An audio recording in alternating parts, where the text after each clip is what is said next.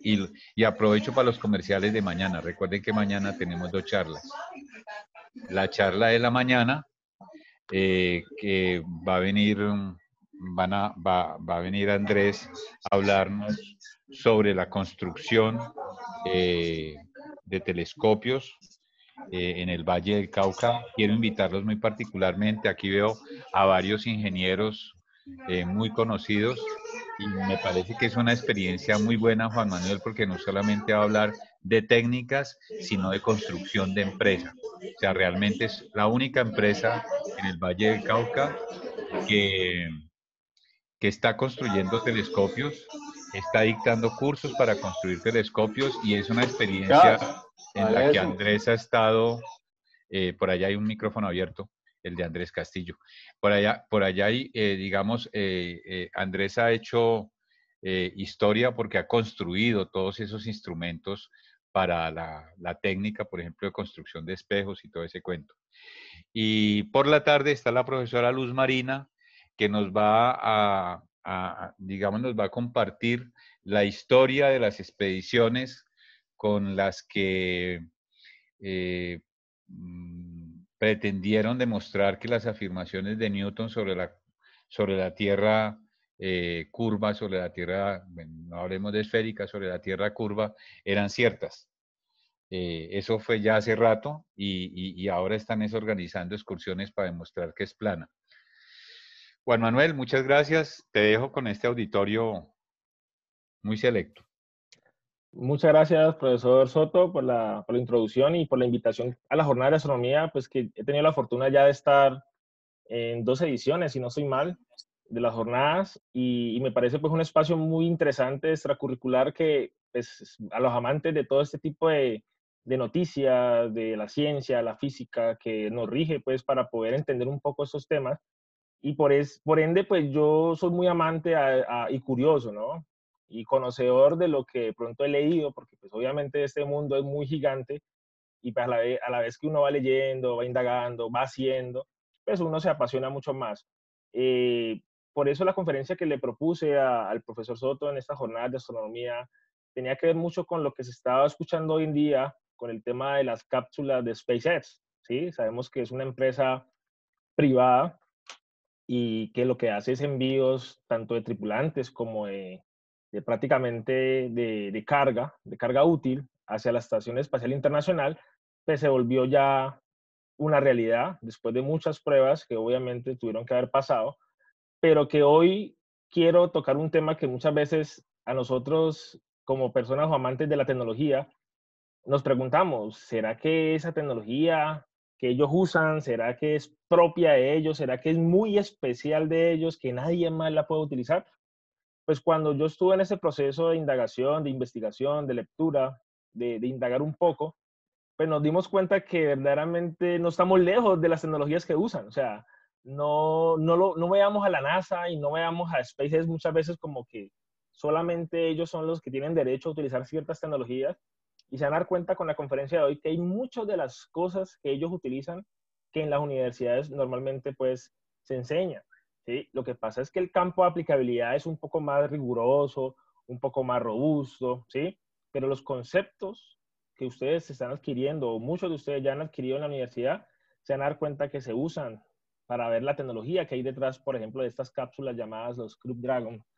Entonces, estas cápsulas Dragon, y ya les voy a proyectar y me presento pues para que todos me escuchen. Estas cápsulas Dragon van a funcionar de la siguiente forma. Entonces, hoy tengo una presentación de verdad muy sustanciosa y a la vez también un poquito explicativa. Nos vamos a tomar un poquito el tiempo para explicar ciertos detalles que hay que considerar cuando uno habla de tecnología. Entonces, ahí ya me confirma si pueden ver mi presentación. Sí. Bueno, perfecto. Sí. Entonces, primero que todo, cuando hablamos de la tecnología que hay detrás del Crew Dragon, ¿qué es el Crew Dragon? Pues unas cápsulas, unos conceptos que se crearon con el fin de enviar obviamente tripulantes desde el piso estadounidense y también de carga útil a la Estación Espacial Internacional. Normalmente ese tipo de cápsulas tienen la capacidad de enviar 7 tripulantes. Normalmente se están usando, inicialmente se hizo una prueba con 2, con 4, Y obviamente el resto es pura carga útil, ¿sí? Carga útil que sirve para el abastecimiento de la Estación Espacial Internacional. Pero sabemos que SpaceX es una empresa que ha innovado de manera disruptiva, ha innovado de manera transformacional todo este proceso espacial. La NASA llevaba muchos años haciendo viajes, ¿sí? Y con tecnología que ha funcionado, que también tuvieron muchos errores, pero que Elon Musk y su compañía hicieron de que los costos y la sostenibilidad espacial se mermaran muchísimo por el tema de la inteligencia artificial, los conceptos de reutilización de los cohetes.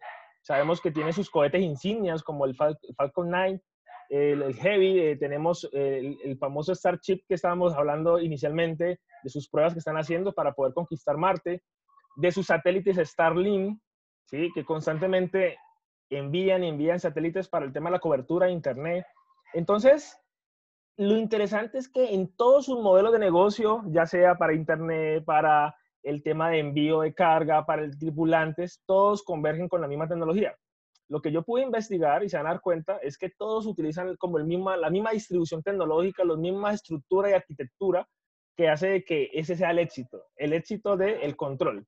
¿Sí? El control es un proceso muy importante dentro de los cohetes de Elon Musk para poder minimizar esos costos y la sostenibilidad. Entonces me presento, mi nombre es Juan Manuel Núñez Velasco, pues, del Departamento de Innovación e Ingeniería, súper amante a estos temas y también pertenezco al Club Sterion, que me han adoptado como para seguir conociendo de todo este tema y siempre había querido encontrar un espacio como este. Entonces agradecerle al profesor Soto por la invitación. Quiero que analicemos unos conceptos iniciales, ¿sí? Unos conceptos iniciales de la cápsula. La cápsula, como ustedes ven ahí en la imagen, es una cápsula que obviamente tiene diferentes etapas, ¿sí? Tenemos una etapa inicial, que es la etapa de propulsión. Tenemos una segunda etapa, ¿sí? Que es para ayudar a impulsar la cápsula a órbita. Y tenemos ya el cuerpo como tal de la cápsula y obviamente la ojiva, que le llaman, ¿sí? Ya la parte, pues, que ya está presurizada, donde van, pues, los astronautas o la carga útil. Es un vehículo espacial totalmente autónomo, que obviamente tiene sistemas manuales en caso de algún tipo de manipulación o emergencia, ¿sí? Ante cualquier tipo de movimientos orbitales que les toque que lidiar, pero lo que se ha podido comprobar es que un sistema totalmente autónomo, guiado obviamente por los sistemas que tiene de inteligencia, los propulsores, y vamos a conocer un poquito en detalle en qué consiste, qué parte lo componen, más o menos cuál es su tamaño, para poder entender poco a poco el mundo tecnológico y qué consideraciones hay que tener en cuenta para no venir a afectar los sistemas electrónicos. Hoy, como hablamos de tecnología, la tecnología va a estar muy centrada en la parte de hardware, la tecnología va a estar muy centrada en la parte de software y también la tecnología va a estar muy centrada en la parte de comunicaciones, porque hay mucha tela por cortar también en el tema mecánico, ¿sí? En el tema de la combustión, el tema de los motores, que eso es un tema bastante grande dentro de la investigación, que yo creo que amerita solamente una jornada de astronomía netamente para los propulsores y los cohetes. Hoy vamos a hablar hardware de la cápsula, comunicaciones y software. Creo que hay como un micrófono abierto. Ya reviso por acá. Ya. Listo. Entonces, la cápsula la componen las siguientes características, ¿sí? La cápsula, como pueden ver ustedes ahí, pues tiene aproximadamente una altura de 8,1 metros, ¿sí? Tiene normalmente de diámetro 4 metros. El volumen de la cápsula es de 9,3 metros cúbicos, ¿sí? Y tenemos acá el trunk volume, que es como el cuerpo, ¿sí? Lo que le llaman como el portamaletas o el cuerpo, es de 37 metros cúbicos, ¿sí? 1.300 pies. Launch Payload Mass, que es como la carga útil de masa que puede subir 6.000 kilogramos y el retorno de carga 3.000 kilogramos. Ustedes ven de pronto esta cápsula, es súper grande, según estas especificaciones, este overview, y que obviamente nos ayuda como a analizar más o menos su tamaño, ¿sí? Esto que ustedes ven aquí, y voy a empezar a rayar acá la diapositiva, denme un momentico, si me permite rayarla. Vamos a ver. Conecto por acá este tablerito.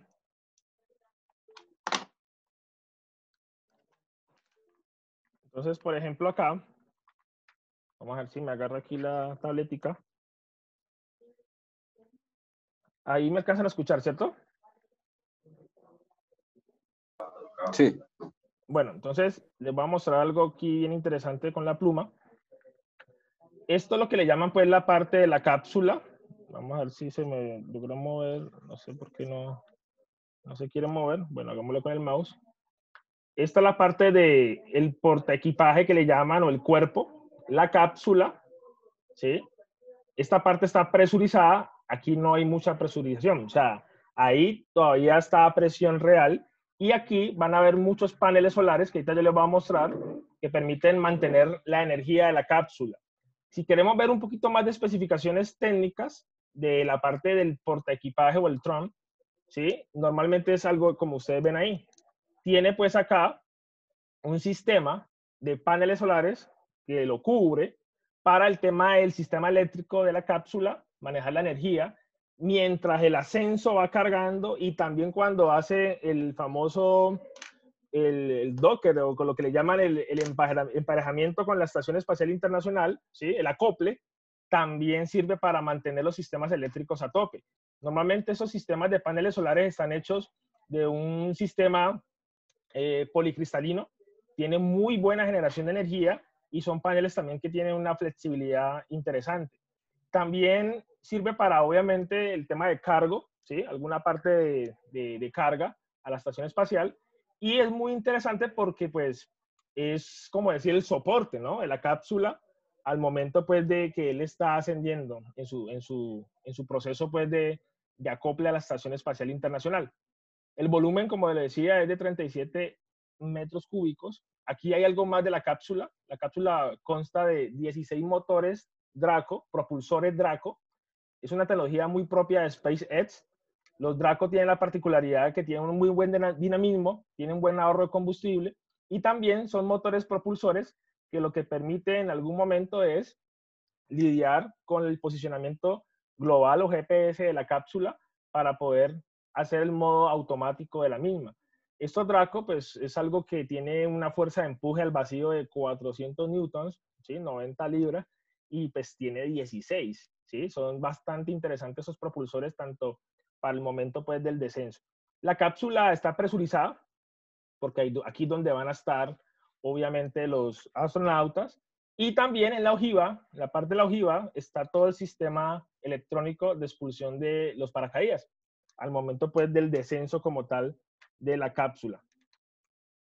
Esas son especificaciones básicas de la cápsula, como para que las tengamos un poco en cuenta. Ahora, vamos a hablar del tema del desarrollo hardware, ¿sí? El desarrollo de hardware. ¿Qué es el hardware que compone la cápsula? Resulta que la cápsula tiene que lidiar con algo, ¿sí? Tiene que lidiar mucho con algo, que es lo que le llaman las radiaciones o los rayos cósmicos. Resulta que cuando uno habla de rayos cósmicos, ¿sí? Hay que analizar lo siguiente. Voy a abrir un momentico aquí el lápiz, no sé por qué no me está funcionando el tablerito hoy, pero aquí tenemos nuestro planeta Tierra. Sabemos que tenemos el Sol, ¿sí? Tenemos por acá nuestro Sol, pero la cápsula cuando está orbitando, ¿sí? La cápsula cuando está orbitando, tenemos un desafío en el hardware tremendo, ¿sí? La cápsula, mientras está orbitando, recibe pues calor, temperaturas altas y también temperaturas muy bajas. Y también durante el ascenso, el hardware sufre de vibraciones. Entonces, como el hardware sufre de vibraciones, lo que pasa es que los circuitos electrónicos tienen que tener un sistema de protección. Resulta que ese es uno de los plus que tiene SpaceX, que no utilizan sistemas de recubrimiento como lo hicieron en su momento la NASA con sus transbordadores y otros equipos de protección hermética, con sistemas, piezas que se le acoplaban al sistema electrónico. SpaceX utiliza el concepto de la redundancia, ¿sí? Para evitar de que los rayos cósmicos proporcionados pues, por el mismo Sol o del exterior hagan que los sistemas electrónicos se nos vuelvan súper locos. Ese es un desafío hardware que hace que se produzca un fenómeno en la parte electrónica que se llama el bit flits. Este concepto es algo que sufren todos estos sistemas electrónicos de hardware, el bit flip. ¿Qué es algo flip? Algo que cambia. Sabemos que los sistemas electrónicos funcionan binariamente en su procesamiento de la información. Entonces, por ejemplo, si yo tengo un sistema que me está recibiendo este dato, 0101, que sabemos que en decimal esto equivale a un 5. Pero miren lo que es tan difícil lidiar con el bit flip. El bit flip es un fenómeno, ¿sí? Por el tema de rayos cósmicos, un dolor de cabeza que todavía es tema de investigación. En universidades de Caltech, en California, en Berkeley, son universidades que casi todos sus semilleros en la parte aeroespacial le están apuntando a la minimización y pérdida de bits. Y esos bits se producen por esas radiaciones que hacen de que un valor se cambie a otro. Si yo tengo un 0, se me puede cambiar para un 1. Si yo tengo un 1, se me cambió para un 0. Entonces, supongamos que el procesador que está ahí quiere hacer un cálculo. Entonces, supongamos que él quiere hacer esto. Sumar 5 más 5. Entonces, yo sé que 5 más 5, si yo hago esta sumita aquí, pues si uno analiza, pues debe ser 10, ¿cierto? Pero vamos a hacer la suma tal cual sin que haya un sistema de radiación cósmico que dañe los sistemas electrónicos. Si está todo bien, él hace la suma normal. Entonces aquí tenemos 1 más 1, entonces tendríamos 2, que en binario sería 1, 0. Llevo 1. Aquí sería un 1. Entonces sería 0, 1. Aquí sería otro 2. Y llevo 1. Y si uno analiza este resultado de esta suma binaria, ¿este número cuál es? Este número es el 10. Está funcionando perfecto. O sea, 5 más 5, 10. Pero ¿qué pasa cuando los sistemas electrónicos y la gente que trabaja con el desarrollo de hardware no tiene en cuenta este fenómeno del bit flip? Resulta que hace que en algún momento un 0 se me cambie, por ejemplo, por un 1. ¿Sí? Entonces, supongamos que aquí ya no hay un 0, sino que aquí se puso un 1. ¿Por qué? Porque pasó el fenómeno del bit flip. El bit flip es cuando se cambia un número binario. Y eso es delicadísimo. ¿Por qué es tan delicado? Porque hace que las CPUs, los procesadores de estos sistemas, calculen algo mal y hagan una trayectoria, de pronto, ¿sí? De movimiento que no es. Entonces, si el sistema detecta este bit flip, obviamente es un computador. Él va a hacer la suma normal, ¿sí? Si yo sumo esto, con este numerito, voy a hacerlo aquí, 0, 1, 0, 1, y ocurrió un bit flip, 0, 1, 1, 1. Se supone que esto debería ser 5, lo es, pero como ocurrió un fenómeno por rayos cósmicos, esto ya no es un 5. ¿Esto ya qué número es? Un 7 en binario. Entonces, por ende, la suma, ¿sí? La suma de esto ya va a dar otra cosa, ¿sí? 7 más 5, ¿cuánto nos va a dar? Nos va a dar 12, ¿cierto? Entonces, como nos da 12, nos daría algo así. Y ustedes imagínense los ingenieros que trabajan en estas compañías estar lidiando con este fenómeno de bit flip. Ellos tuvieron que hacer algo. Y esa es la solución que les quiero mostrar. ¿Cuál fue la solución de SpaceX? Que a veces uno se imagina que tienen unos sistemas súper regularizados, unos componentes súper regularizados. Usan componentes de microprocesadores comerciales. ¿Sí? Decía uno de los directores del Dragon que la gente cree que ellos están utilizando procesadores exclusivos para ellos. Y él ponía un ejemplo muy jocoso. Nuestro procesador lo pueden conseguir en Amazon, decía él, porque lo que busca Elon Musk con sus sistemas electrónicos es que sea muy de comunidad, muy libre y fácil de distribución en los diferentes proyectos que ellos tienen. Como le decía en un principio, los Falcon, los Heavy, los Starlink, todos tienen y convergen la misma tecnología y se distribuye de la misma forma, porque ellos no quieren casarse con tecnologías exclusivas para ellos que hagan que sus costos obviamente se eleven mucho. Pero lo que sí quieren hacer es utilizar estándares comerciales de procesadores que les permitan a ellos desarrollar sus algoritmos únicos. Ahí donde está el plus de ellos. Los ingenieros, la integración, el equipo de ingeniería que hace que ponga a funcionar esos elementos comerciales de una forma más eficiente. Entonces miren que aquí, si la CPU hace esta suma, va a dar 12 por el cambio del bit. Pero sabemos que en sus cálculos de trayectoria, posiblemente ellos necesitaban que hubiese 10. Este fenómeno se solucionó de una forma muy increíble y se basó en el principio de los aviones. la redundancia de los aviones.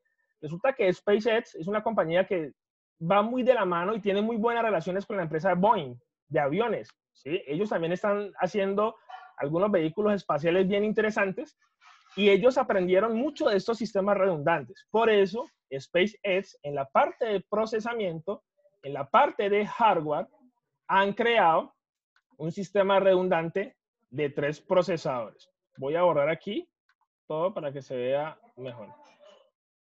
Borrar mis dibujos. ¿Listo? Las cápsulas Dragon tienen 3 computadoras de vuelo. Y las 3 computadoras de vuelo son 3 computadoras dual core, doble núcleo. Entonces miren acá, tengo un núcleo de la primera computadora y mi segundo núcleo. Tengo un núcleo acá y mi segundo núcleo. Cuando hago referencia al núcleo, ¿qué es? Al core, ¿sí? Al cerebrito que está ahí, dual core. Y obviamente aquí tengo otro núcleo y aquí tengo otro núcleo. Imagínense, el sistema de vuelo tiene 3 principales, pero se van a dar cuenta que en realidad ellos tienen un sistema redundante de 18 sistemas. Ya vamos a hacer ese cálculo.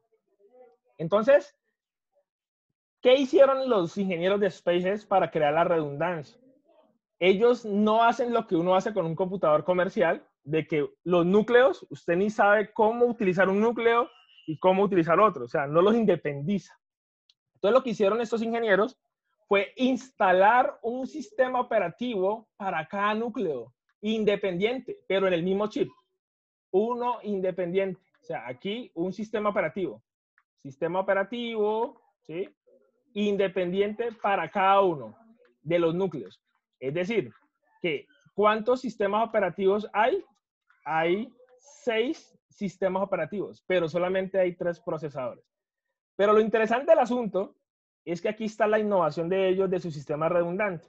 Lo interesante es que ellos utilizan algo tan clásico del mundo de la electrónica y las comunicaciones que se llama el checksum.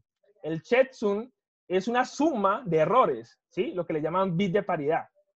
Ellos detectan mediante un sistema de detección de errores clásico, como son los bits de paridad, para ver que la suma, ¿sí?, de todos sus procesos tiene que ser igual en cada uno de los núcleos. Ejemplo, si él aquí me calculó que 2 más 2 es 4, aquí también tiene que ser 4. Aquí también tiene que ser 4. Aquí también tiene que ser 4. Aquí también tiene que ser 4. Y aquí también tiene que ser 4. ¿Qué hace esta empresa SpaceX? Como tiene 3 sistemas, computadores de vuelo, si hay un fenómeno de bit flight, que es el cambio binario, posiblemente aquí ya no dio 4, sino que supongamos que aquí nos dio 7. Inmediatamente, el checksum, que le llaman, es una suma algebraica de tiene que darme igual en todos los núcleos del cálculo. O sea, todo lo que pasa en un núcleo pasa en todos. Si aquí dio 4, todos tienen que dar 4. Pero como el fenómeno de la radiación es tan latente, o sea, es como tan normal que pase, lo que hacen ellos es que apenas detectan que aquí hay un error porque la suma de los cálculos no dio lo que tenía que dar, inmediatamente le dicen a este procesador, por favor, resetese, haga un reset, ¿sí? Y como las memorias de programa están en concurrencia, están en paralelo, lo que hacen es que todo lo que esta memoria tiene o las otras se lo inyecta a esta nueva memoria. ¿Qué quiere decir? De que cuando arranca otra vez el sistema corrige el error. Por eso reinician. ¿Qué es lo que uno hace cuando el computador se le bloquea a uno? Puro control al suprimir, borre. ¿Y qué pasa con la memoria? Usted siente que la memoria RAM se libera, ¿cierto? Se libera totalmente. Y así mismo hacen ellos. Lo que pasa es que es un sistema redundante que hace que copia la memoria del otro que está bien. Y así mitigaron el tema y el problema de los rayos cósmicos, porque ellos decían que su primicia es poder crear estos viajes sostenibles, que de verdad sus costos sean mucho mejor.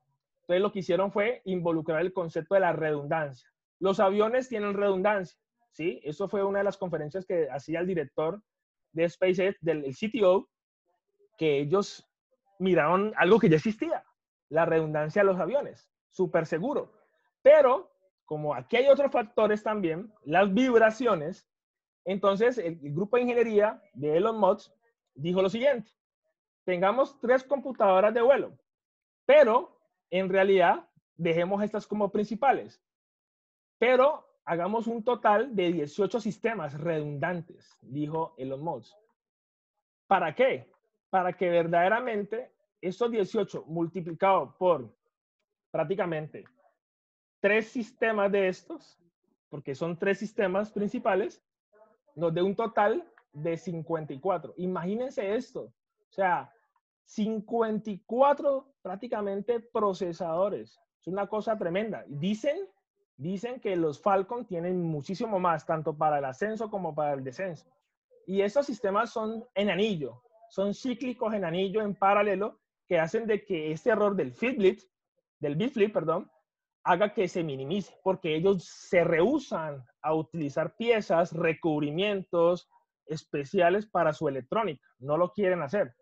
Y esto le ha traído muy buenos resultados, porque aparte son microprocesadores PowerPC. ¿Qué son los microprocesadores PowerPC? Son sistemas de bajo consumo de x86. ¿Qué significa x86? Una arquitectura, ¿sí?, que me permite tener como un acople más genérico a muchas arquitecturas hardware y que hace de que el PowerPC, creado por un consorcio entre IBM, Freescale, Apple, crearan estos controladores que tú los puedes conseguir, los puedes programar. Y eso es algo que a veces uno dice, ¿será que eso tiene el super PLC o super microprocesador? No, un PowerPC. Ustedes googleen PowerPC y te sale de uno el chipcito de IBM. ¿Sí? Son IBM, Apple, Freescale que crean este tipo de sistemas. Entonces, esa es una de las consignas que SpaceX le ha dado mucho resultado. No dejarse llevar por los estándares, ¿sí?, sino utilizar lo que está, pero de una forma eficiente. Esto es, para mí, esto es eficiencia. ¿Sí? Es utilizar redundancia en los sistemas de microprocesador. Entonces, los dual core, miren que ni siquiera son 4 núcleos, 8 núcleos, son dual core. Lo que pasa es que son muchos sistemas redundantes que hacen pues de que esto se ponga bastante pues interesante. Ahora, esto es hablando de los procesadores. El hardware también involucra mucho el tema de las comunicaciones. ¿Cuáles son las comunicaciones que usan normalmente? Las cápsulas. Y obviamente se acoplan a las comunicaciones de la Estación Espacial Internacional. Ellos utilizan las bandas S y las bandas, en el tema de las comunicaciones, las bandas Q. Son las bandas S, más o menos entre 2 a 4 gigas de frecuencia, y las bandas Q de 12 a 18. Si ustedes miran, ellos dividen este tipo de comunicaciones. Utilizan las S-Band para el tema de la telemetría, todo el tema de la instrumentación virtual y el audio. Y las Q-Band las utilizan más que todo para envío de datos y video. Pero la pregunta del millón muchas veces, ¿cómo logran tener acceso muchas veces a Internet?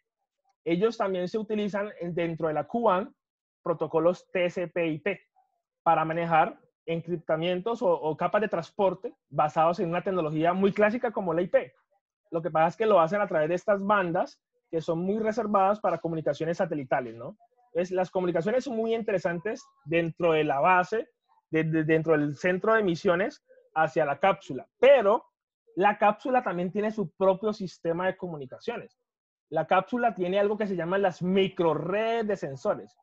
Resulta que para ellos evitar tener mucho tema de cableado, para tener mucho tema de compatibilidad de radiación electromagnética, de ruidos, ellos crean un concepto que llaman microredes, en donde lo que hacen aquí es simplemente aprovecharse de sistemas de radiofrecuencia de banda corta para poder que dentro de la cápsula, si nosotros vemos, por ejemplo, la cápsula, ¿sí?, en algún momento, la cápsula tiene sensores de presión, sensores de radiación por todo lado. Para ellos evitar llenarse de puro cableado, para que sea más seguro, ellos tienen sistemas redundantes.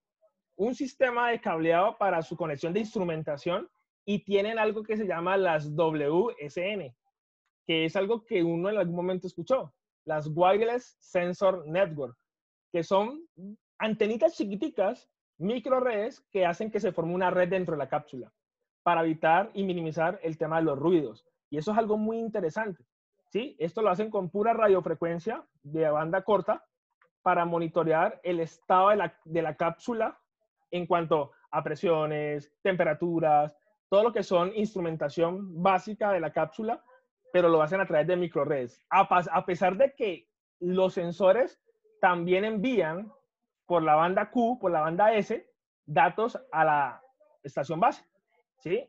Entonces miren que tienen sistemas también redundantes, por decirlo así, en el tema de las comunicaciones, y me parece muy interesante mencionarlo porque es algo que en algún momento en las universidades hablan mucho de las famosas redes de sensores, y la cápsula tiene este concepto de redes de sensores.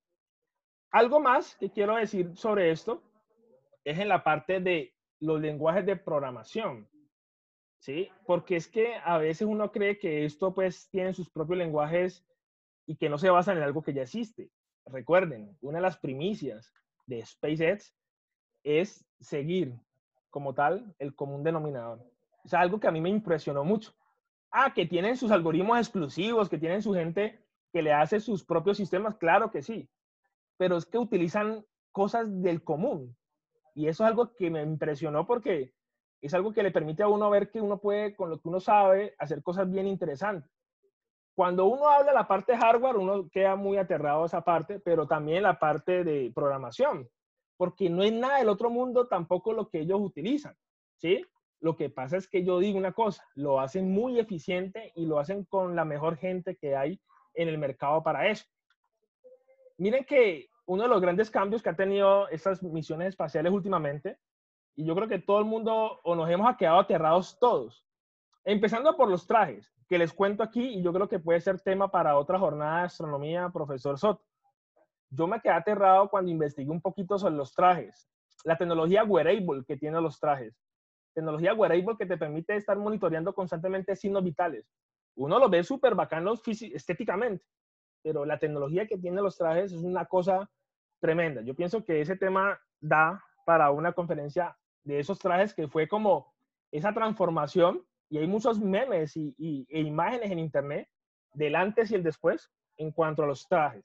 Pero hoy nos compete la parte de software de la cápsula, ¿sí? Miren esta pantalla táctil, cómo lo hacen, qué sistemas de lenguaje de programación utilizan, cómo permiten tener el contacto, ¿sí? Entonces, eso es algo muy interesante porque cuando uno mira el detrás, y por eso la conferencia se llama así, el detrás, uno dice, bueno, ¿será que estoy aprendiendo cosas que tienen mucha utilidad? Claro que sí. Entonces, a nivel de software, ellos basaron y tienen una consigna. Eliminaron totalmente los botones físicos, ¿sí? De switcheo. Tienen algunos botones de parada de emergencia, ¿sí? Que son físicos, pero utilizan tecnología touch y sensores capacitivos, ¿sí? Para la interacción o la interfaz del hombre y la máquina. Tienen pantallas táctiles que obviamente dividen la parte software en dos. Dividen la parte software en el frontend, que le llaman, y dividen la parte software en el backend, que es todo lo que recibe la parte del servidor. Y es muy chévere ver esto porque es algo que en el común denominador uno escucha estos términos. Si queremos ver cómo funciona esto, el sistema operativo estrella, estandarte, en todos sus proyectos, los Falcon, Heavy, Starlink, todos utilizan una distribución de Linux que ellos crearon, distribución personalizada, customizado, pero con un kernel de real time. ¿Y qué significa un kernel de real time? Tiempo real, ¿sí? Actuar, ¿sí? Planificadores de tarea. Usted tiene que hacer esa tarea en ese tiempo, el sistema operativo atiende esa tarea. Linux, algo que se enseña, algo que ustedes pueden aprender. Y es muy curioso que sea la base de todo, el kernel del sistema operativo, tanto de la cápsula como en el sistema central de recepción de datos.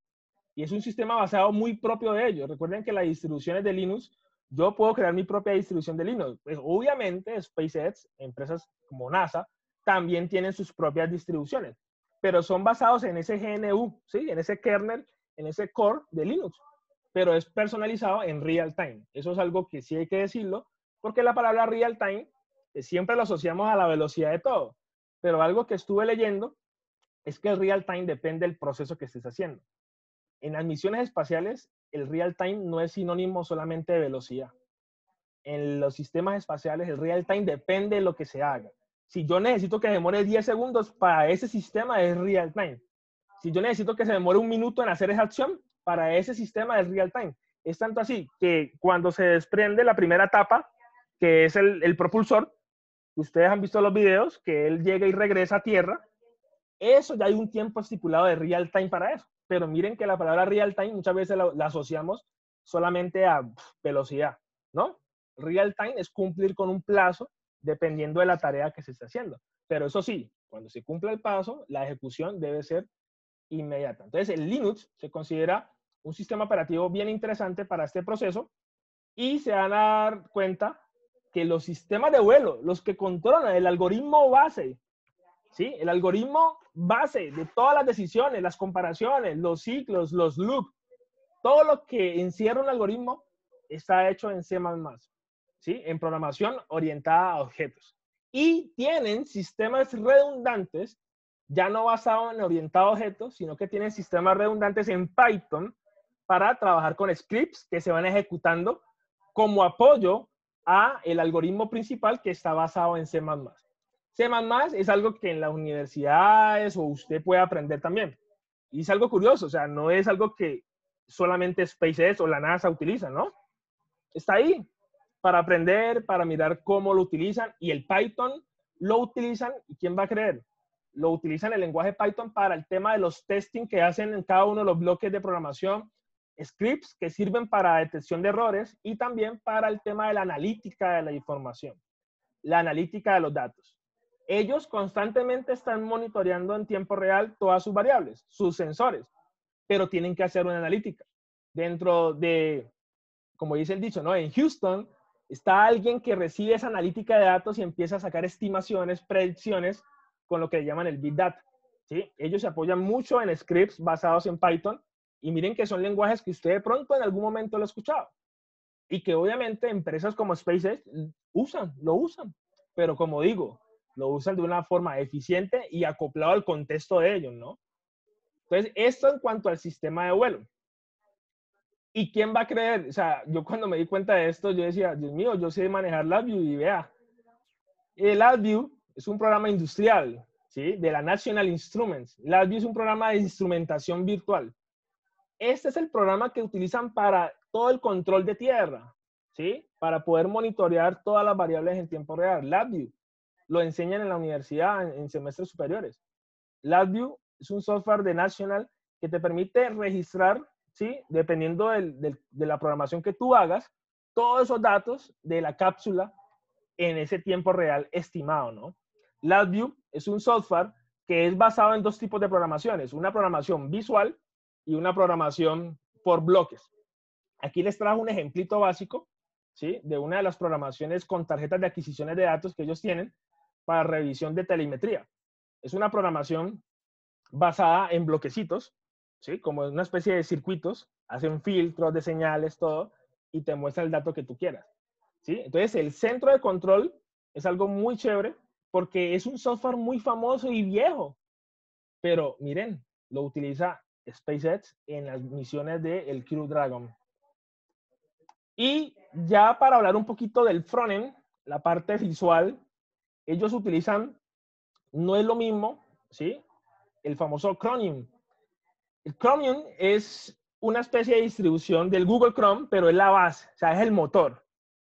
Y es el motor orientado a lo gráfico. Por eso ustedes ven que en las pantallas touch, ellos utilizan esta interfaz, este navegador Chromium. Es basado en Google Chrome, no son iguales con Google Chrome, pero tiene el motor, o sea, es el motor, es el, como decir, la base de los navegadores.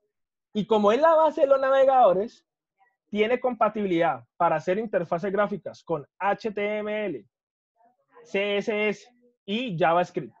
Y algo que me causó curiosidad, y yo creo que con esto voy finalizando, no utilizan frameworks, librerías, todo lo hacen naturalmente a pie, en HTML, CSS, JavaScript. No utilizan React.js, no utilizan frameworks que hagan ya la labor, porque hay una política en SpaceX, hacer todo a pie. ¿Sí? Esa es la política. Hagamos todo a pie, creemos nuestras propias cosas, pero en lenguajes que ya están para el público en general, como lo es HTML, CSS y JavaScript. Entonces, la parte del frontend es la parte visual de las pantallas touch. Y la parte del backend, quien recibe toda esa información, pues nada más y nada menos que lo trabajan mucho con el tema de Python, ¿sí? Y tengo entendido, lo que alcancé a leer hace poco, es que ellos tienen un servicio exclusivo, ¿sí? Con Amazon para algunas tareas de monitoreo muy básicas, pero el resto, puro sistema Python por detrás, puros tools de Python para hacer la integración pues con el servidor. Entonces miren que son tecnologías que uno a veces dice, ¿las he escuchado? Sí, las he escuchado. Y eso es algo que a mí me encantó y por eso me motivó mucho a hacer esa conferencia. Para que ustedes se den cuenta que cosas que ellos utilizan y que obviamente están a otro nivel, o sea, eso sí hay que decirlo, están a otro nivel, pero es algo que tú puedes tener. Y yo me tomé la tarea de ver vacantes de trabajo en SpaceX, así a chismosear. Obviamente, ellos tienen unas políticas muy de la nacionalización, ¿no? Tienen algo también con el tema de California. Pero dentro de los perfiles piden estas cosas, estos stacks, HTML, Python, CSS, JavaScript, el idioma, ¿sí? Y obviamente la nacionalidad. Y uno dice, wow, son perfiles que uno dice, hay alguien que aprenda esto tiene la oportunidad de llegar en algún momento a este tipo pues, de aplicaciones. Entonces, les quería hacer esta pequeña conferencia acerca de las diferentes tecnologías que tenemos, tanto el hardware como el software, como la parte visual, y para que si ustedes cuentan y se motiven, ¿sí? A aprender estas cosas que a gran escala, miren todo lo que ha hecho el famoso Crew Dragon. Muchas, muchas gracias a todos por sacar su tiempito y escucharme pues en esta pequeña investigación que había hecho. Gracias, Juan Manuel. Pues yo creo que es como el momento de que nuestros ingenieros comiencen a bombardear con preguntas. Sí.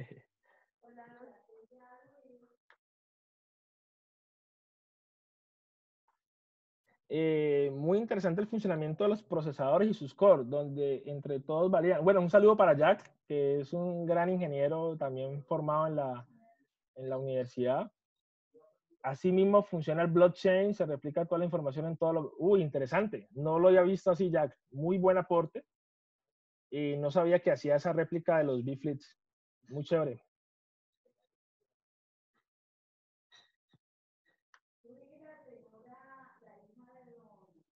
Interesante.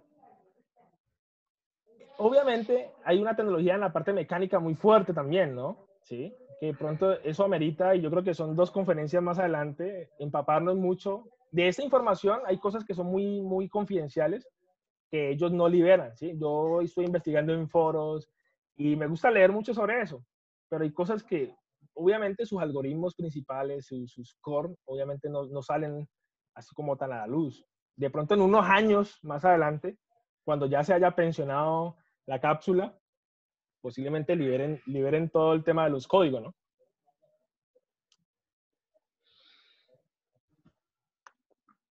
Es muy curioso porque él en algún momento liberó todo lo que tiene que ver con el carro eléctrico, ¿no? Exactamente. Y mira que tiene mucha relación con lo que él quiere hacer con SpaceX. Profe, es que o sea, yo me leí una parte de la biografía también de Elon Musk y él decía que hacer grandes cosas, ¿sí? Con el común denominador. O sea, es una frase que a mí me impactó mucho porque yo pienso que la NASA y el profe que tiene más experiencia en este tema siempre ha sido muy hermético, ¿no? Muy cerrados. Y él ha llegado a revolucionar un poco ese concepto. Sí, yo creo que en algunas cosas, digamos, cierran por una razón sencilla, ¿no? Digamos que hay una competencia, o había una competencia muy fuerte, que era la competencia con los rusos. Sin embargo, ya en este momento la competencia es aún más fuerte porque no solamente a la conquista del espacio se han lanzado los rusos, sino que también ahora lo hacen los chinos, lo están haciendo los indios, los Los judíos, que entre japoneses. otras cosas van a mandar la segunda misión a la Luna. Muy bien, Andrés, los japoneses. Es decir, que hay un amplio portafolio de competidores y naturalmente eso implica que hay cosas comunes, digamos, hay problemas que ya resolvieron, que ya resolvieron los rusos, que ya resolvieron los chinos, pero que no han resuelto otros. Entonces, por ejemplo, esa primera misión a la Luna, el Bereshit 1, se estrelló y fue terrible, ¿no? Claro, pero fue un proyecto de muy bajo costo en el que seguramente se usaron recursos electrónicos y computacionales de estos que están aquí a la mano, como tú señalabas, para poder hacer baratos los proyectos.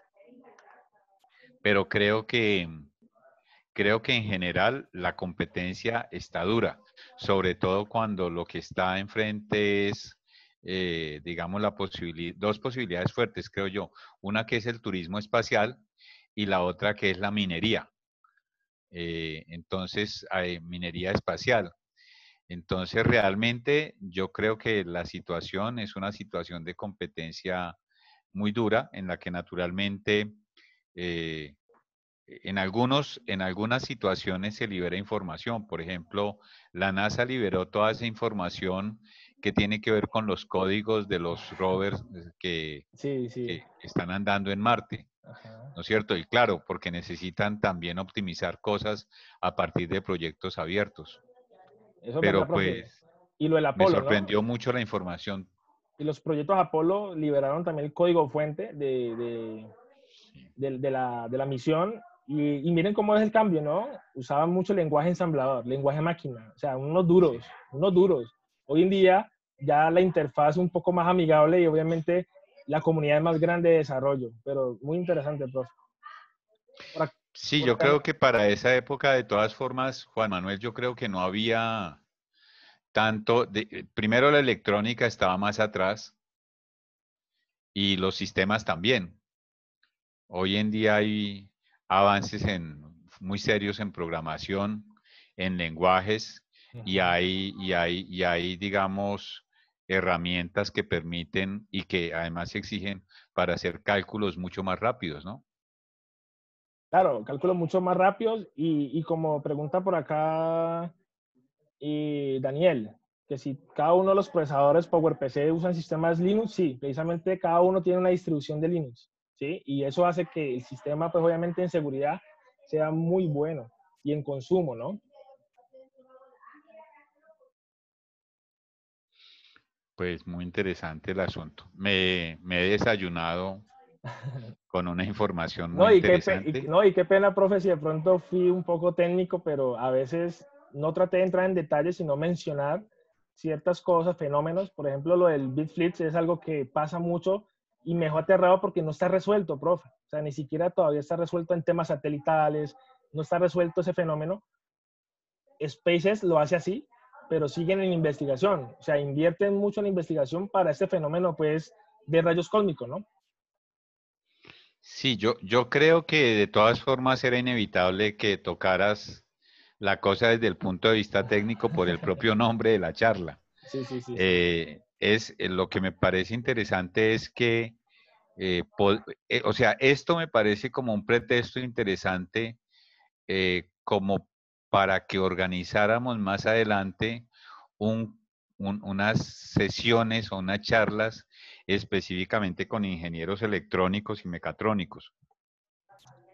Sí, interesante. Y también la parte informática y multimedia para las interfaces. También, claro. Claro, y es muy curioso porque uno entra a la página de LinkedIn y uno mira las ofertas de SpaceX y son ofertas que piden perfiles de habilidades.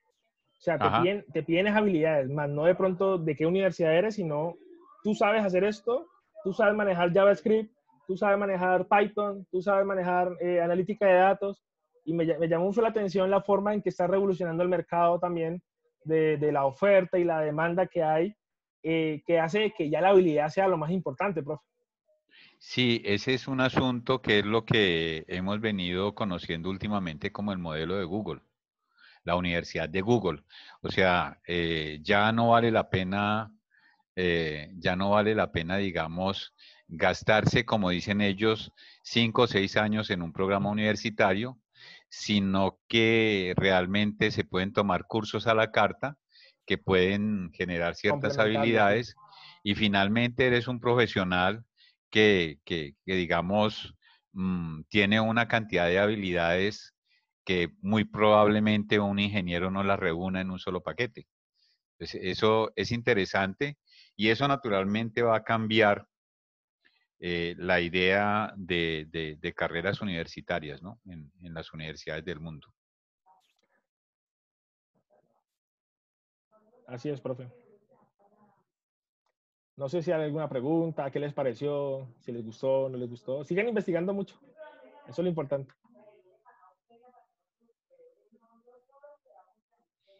Hay algunos muy calladitos, muy callados. No, lo importante es la grabación, yo la tengo para que la compartamos en el grupo y la gente la pueda escuchar. Sí, yo creo que pues en algún momento tenemos que, no sé, no, tal vez no por las vacunas, porque pues que este gobierno está como colgado con eso de las vacunas, pero en algún momento tendremos que volvernos a encontrar y yo creo que estas actividades en el orden presencial con demostraciones de muchas cosas en vivo pueden ser muy ricas y muy productivas para nuestros muchachos de ingeniería, ¿no? Sí, Hay sí, que de claro. pronto organizar actividades más concretas. Bueno, esperando que esta cosa pase, yo creo que más adelante mejorará. Listo, profe, muchas gracias. Igual a todos pues por escuchar y agradecerles pues su espacio, ¿no? Su tiempo. Juan Manuel, pues muchas gracias. Yo no sé si alguien más quiera preguntar. Ahí ya estoy leyendo algunos mensajes del chat, algunos que se tuvieron que ir, pero Sí, ahí nos dejan pues sus opiniones pues muy interesantes. sí. Pues muchas gracias, Juan Manuel. Le estoy enviando en estos momentos la invitación, las invitaciones para las actividades de mañana. Ujú.